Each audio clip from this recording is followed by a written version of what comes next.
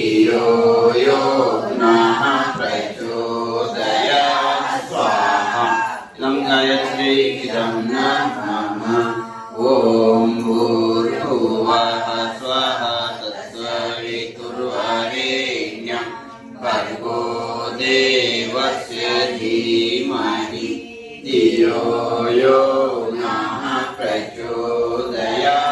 स्वाहा इदं गायत्री इदं नमः